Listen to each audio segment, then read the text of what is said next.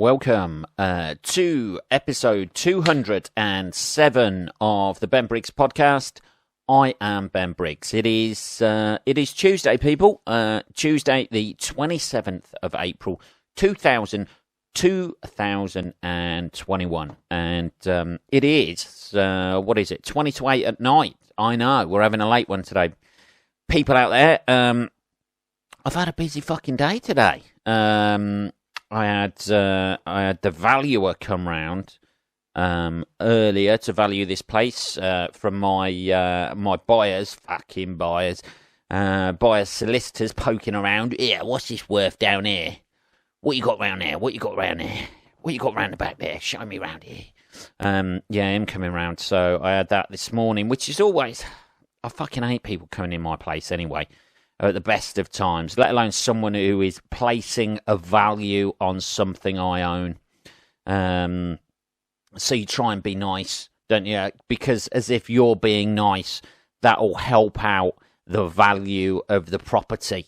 But I just wanted to get him out the door as quickly as possible.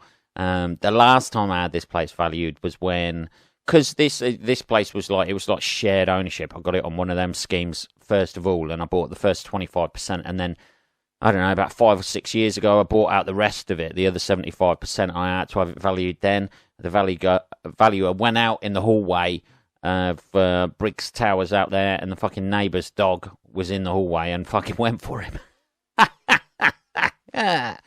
Dear. That's when the tables are turned a little bit, because that's when, if you're buying the rest of a shared ownership place, that's when you want the value to be fucking nailed down to the ground. You want to get the lowest value possible so you don't pay as much for the property.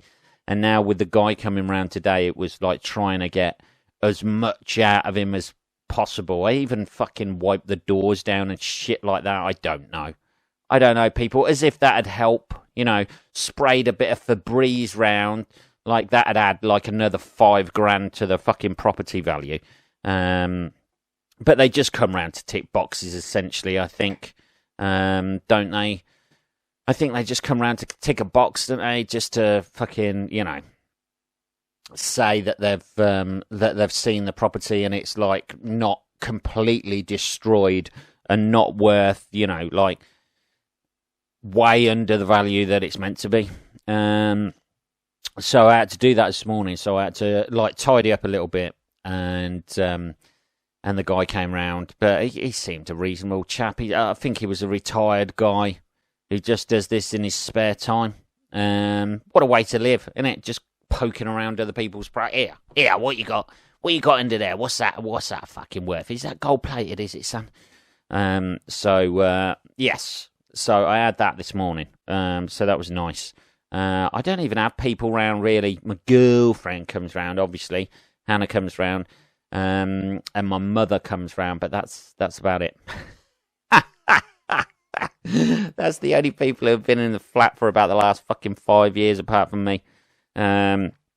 Anyway, so that was one thing I did today, which may not be exciting to you, but it means things are moving on, people. You know what I mean? Things are moving on a little bit. With the move and that, so hopefully I've got a provisional date of like July time, I think, so hopefully that'll come to fruition.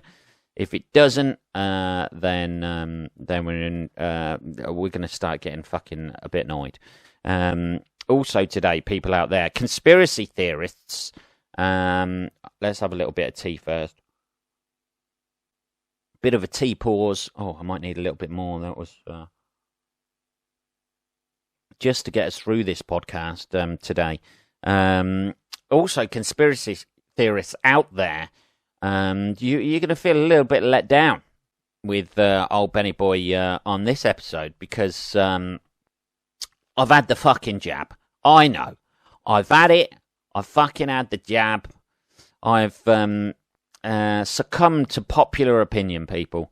I have succumbed to the knowledge of doctors rather than the knowledge touted on Facebook or Twitter from warehouse workers in the southeast, for people working for supermarkets and shit like that. But I had the jab today, so To be honest with you, I had it earlier on today. I had it about 11 o'clock this morning, and I got back. I felt all right, but I feel a bit achy. I'm not going to lie to you. I feel a little bit achy, but that might just be... It's hard to tell these days, isn't it? You know what I mean? You hit your mid-40s, you kind of wake up feeling a little bit achy anyway. You know? You have a full night's sleep, 8 hours, laid out, not moving at all, and you wake up fucking aching like fuck. But my shoulders feel a little bit achy, and my legs feel a little bit achy, but apart from that, I feel all right. But we shall see. We shall see if this develops or not. But it was quite... I had the choice of places I could go to. There was one sort of like over the other side of town, or there was one in town centre. And I chose the one in town centre because it was it was nearer, but I thought it would be a more interesting experience for me, right? It was inside a Sikh temple, so I thought, here we go. Bit of culture. Here we go, Ben. Broaden your horizons. Let's have a little nose around a Sikh temple and see what it's all about. I remember years ago, on a school trip or something, we went to a synagogue in London, and we also went to that big mosque at Hyde Park, which was fucking amazing, by the way. I know this is I know, like, the subtext of this. Anybody who talks about these things, oh my god, man! I went to a like a Muslim temple. Are they called temples? I don't know. A Muslim place of worship. What are they called? Muslim temples? I don't know. Let's get this right before I start this bit. Muslim temple. Is it?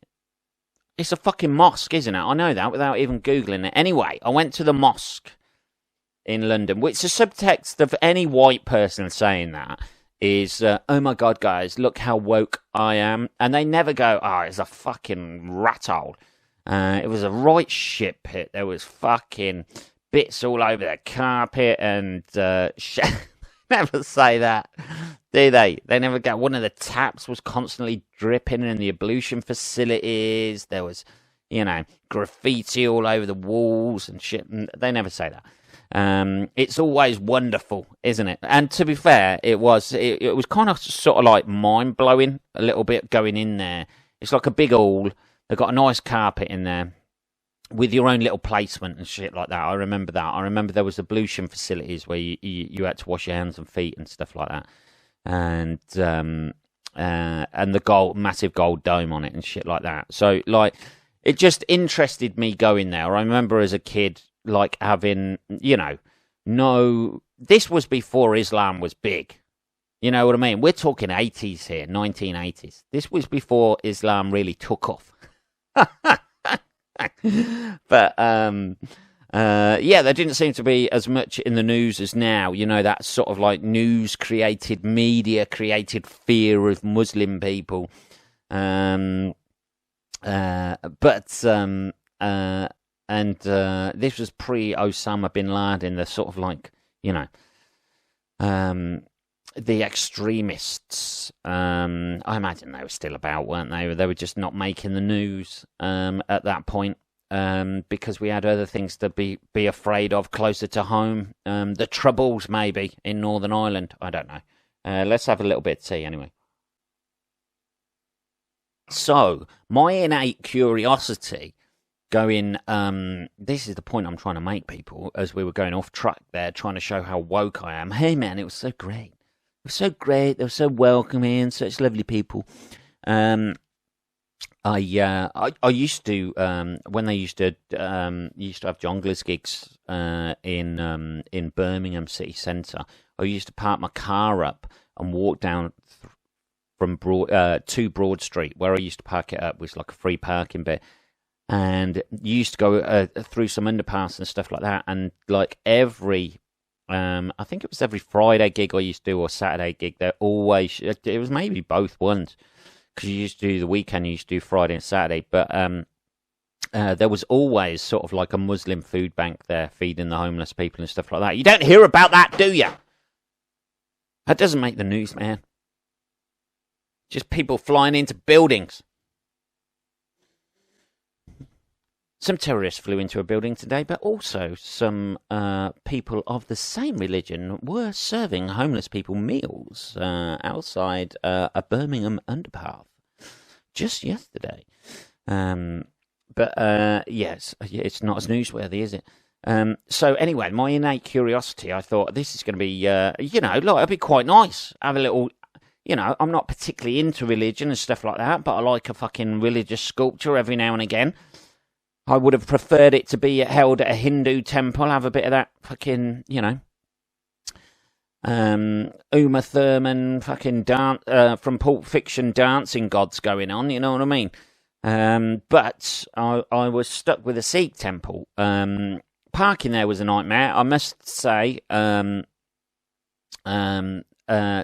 everyone of the Sikh religion, if you can sort your car parking, that's very, very, very stereotypical. The Sikh people are alright, but their parking facilities are fucking awful. They're notoriously bad for they didn't think it through. Their religion for the 20th century, I don't think, or 21st century as it is now. Boom, show my age. That would be a very weird stereotype, wouldn't it? Sikh people, they love, what a nice religion that is. What a, very interesting religion, but they just don't cater for modern automobile parking facilities. So the parking was a bit of a nightmare, only because it was a bit of a tight car park and shit like that. And I didn't know whether there wasn't really signs up.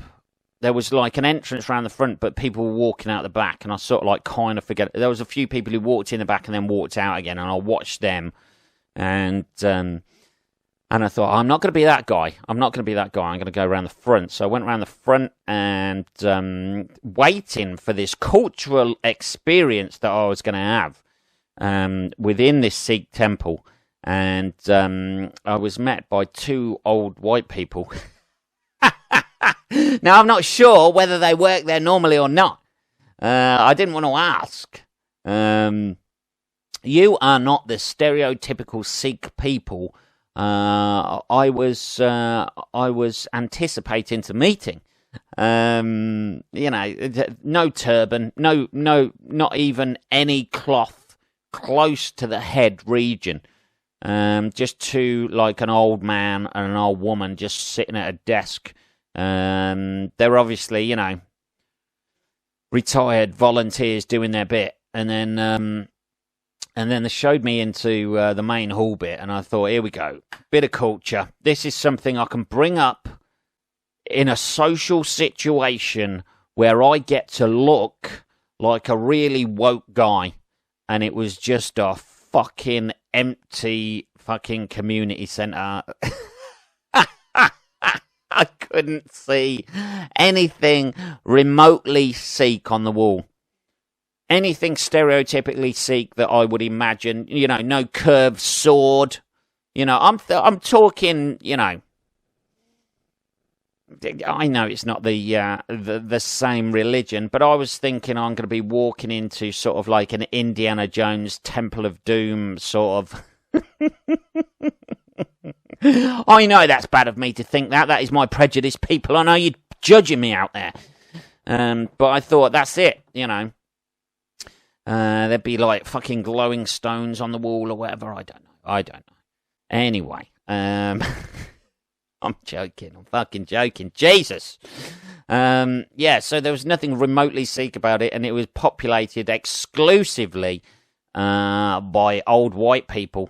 The actual doctor who gave me the jab, I assume he was a doctor, was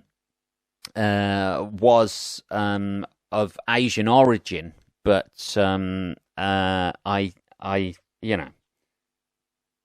it didn't live up to the Sikh experience I wanted. I thought it'd be like a little bit. It was just literally like a community centre, like a fucking village hall, with a few fucking health and safety, no smoking signs up. maybe the Sikh religion has cut it back a little bit for the 21st century. That's it. They've gone more health and safety rather than religious idolatry. But I don't know. Is there religious idols in the Sikh religion? Let's learn together. Sikh religious idols. Icons. Idols. Oh, yeah. No, not really. Kanda. Sikh symbol.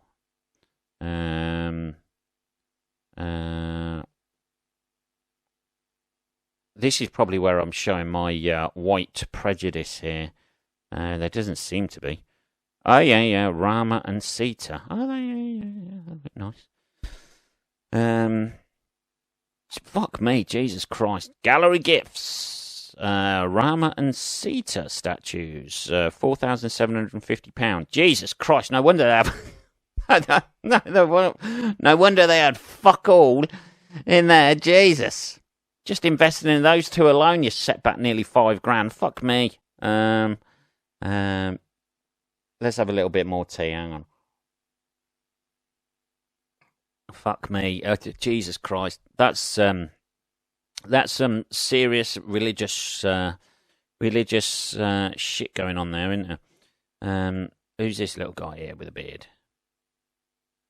Who's he? Idols of Sikh gurus being sold online. There we go. They always look happy guys. And they always look very flexible. The old Sikh idols, from what I can see here. He's got his fucking leg crossed like that. He's got a hand up as if he's, got something drawn on his hand there and a fucking big white beard. Love it. You can't be a religious icon with a big fucking beard, I don't think. It's something adds to that.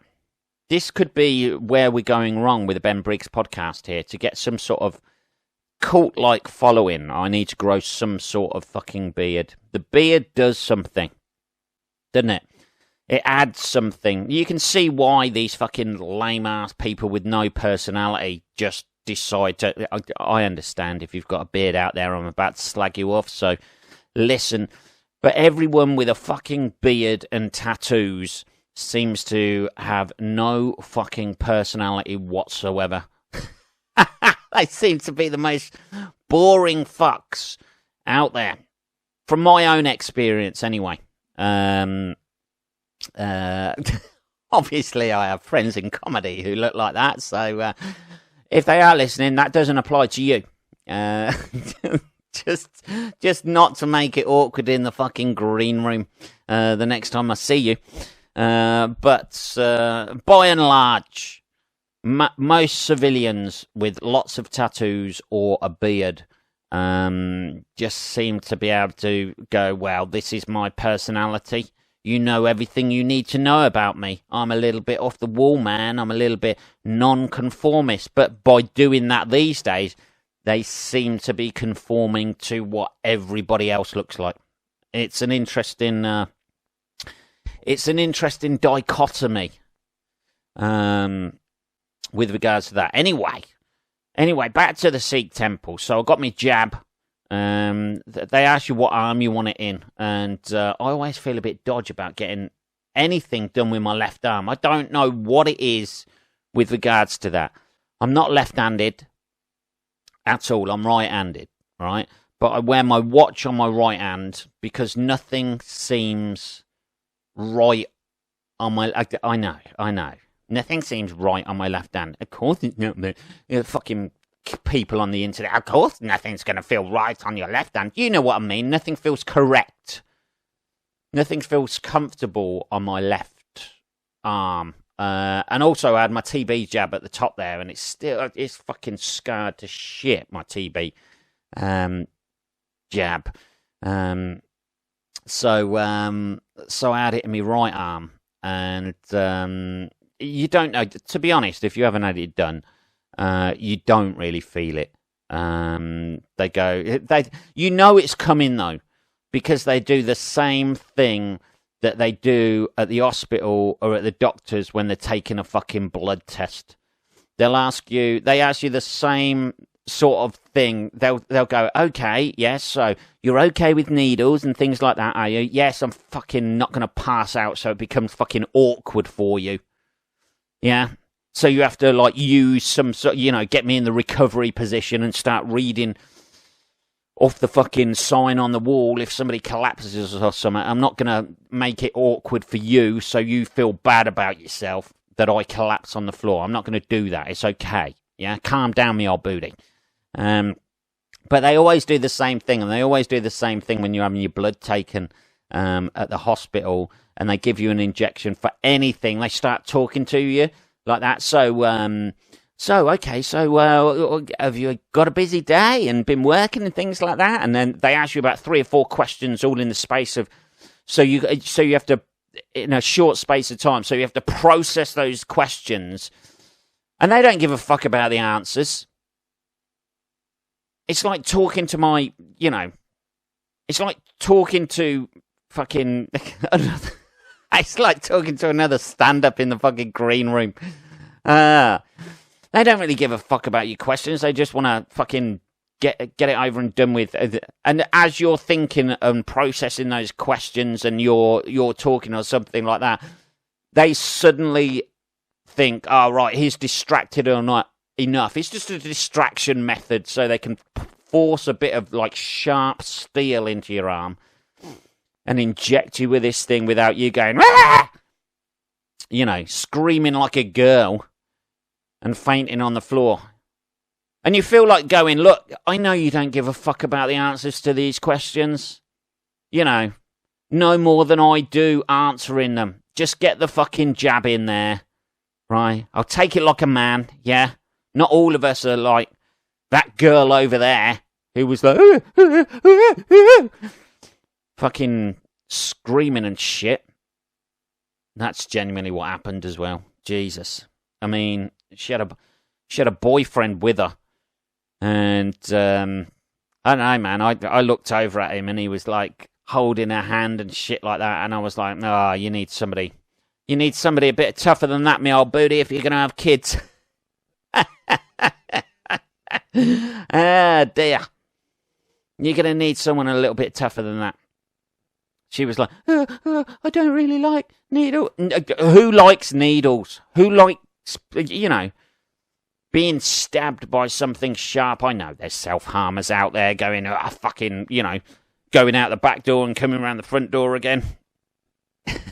It just relaxes me. The pain just relaxes me, and it takes my mind to another place, away from my mental health issues. I know.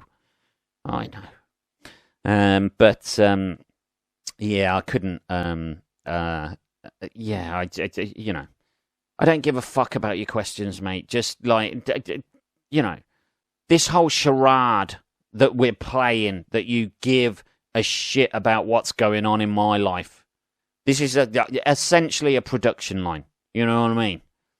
It's a very disappointing religious, a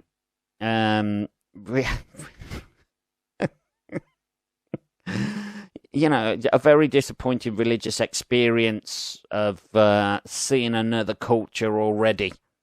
You don't have to fucking give me the false little questions as if you give a shit. Just stab me in the fucking arm, push that juice in. If I'm a fucking robot after this, just like fucking, push me towards the nearest supermarket and I'll work as a trolley pusher for the rest of my life. But let's just go and get this over with. I'd rather that than the pretense that you actually give 2 fucks about the stupid questions that you've no doubt asked everybody, every time they come in, you've asked them the same fucking questions, and I bet you're so proud of yourself as well. I really relaxed them. You know what? I've seen you give those injections, and I think it's other people coming up to them. I've seen you give those injections and you really relax the people. Well, I think if they're relaxed, we can give them a good experience in these difficult times. Oh, Jesus. Just fucking stab me arm, for fuck's sake. Stab me arm, push me out the door, tell me to wait in my car for 15 minutes. I don't know what that achieves.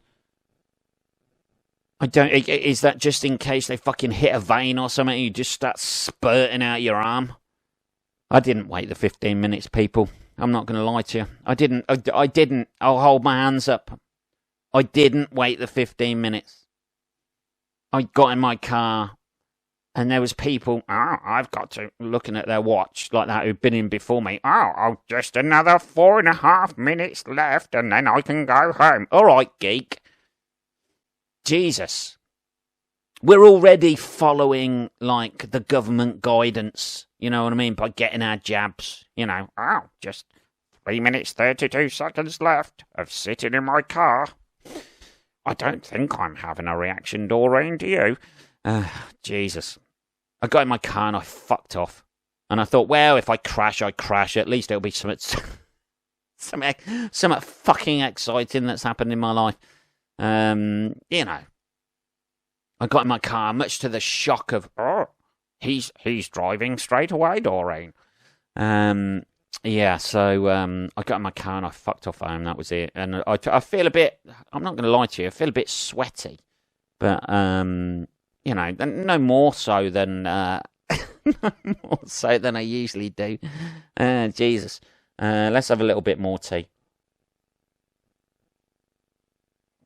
Yeah, so hopefully I'll be all right. I do feel a bit sweaty. My arm's aching a little bit.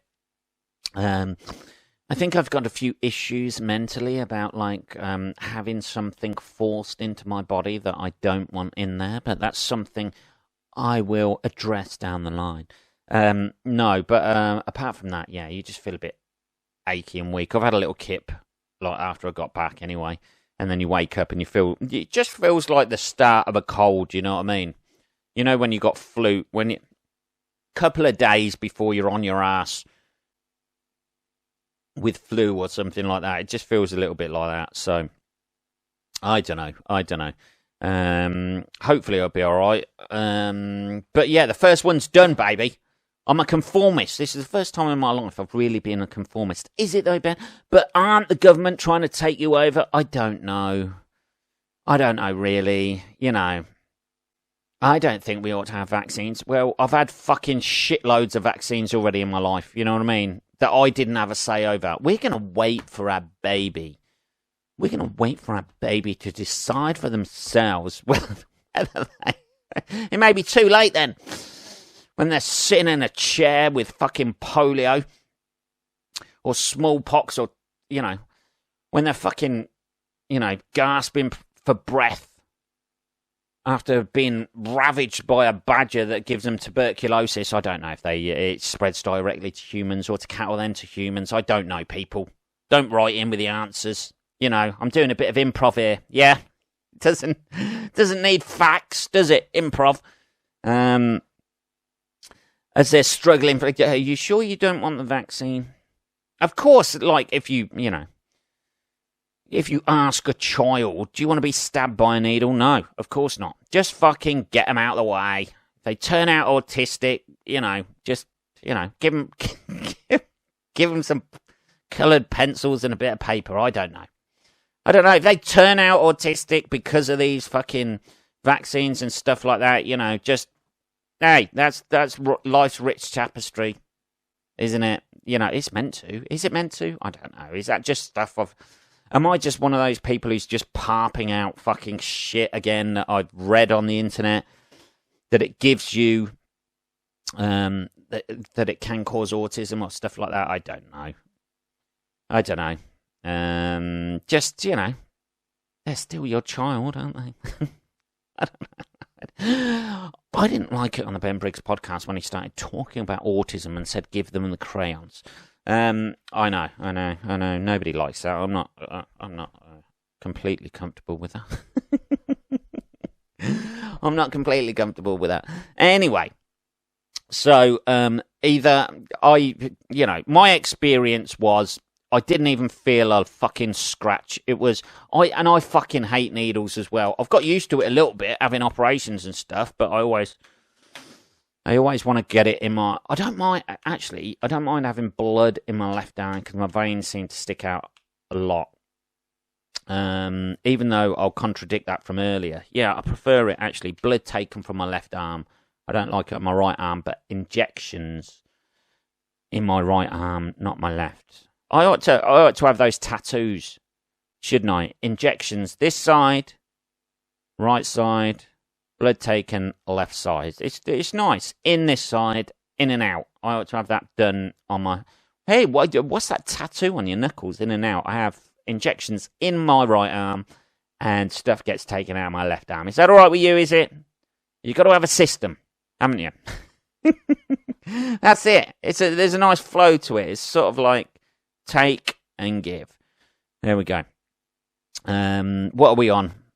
30 minutes, people, and we have just talked about fucking valuers and COVID jabs. And I don't know if it's your and religion. If it's your conspiracy thing, if you're well into that, that must be exhausting. That's all I can say. You know, being one of these people, vaccine. You know, I don't give a fuck, really. I want everything to go back to normal. I don't really want to kill people, you know, not through, you know, not having the actual, you know, physical strain of wrapping my hands around their neck anyway. You know, I don't want to kill old people because I didn't have a fucking vaccine or I won't be able to travel anywhere. Whether that's a thing that comes in or not, I don't know yet, but I imagine it will be. Anyway, people, I've had it done. Let's all live with it. That's the point I'm trying to make. That was episode 207 of the Ben Briggs podcast. If you have any questions or you want to contact me at all, it is just podcast@benbriggs.co.uk. I will be back on Saturday, motherfuckers. Hopefully, anyway. Who knows? I may be a fucking cyborg by then. Who knows? I aim to be back on Saturday. That is the point. Have a good rest of your working week, motherfuckers. I'll speak to you then. Take care.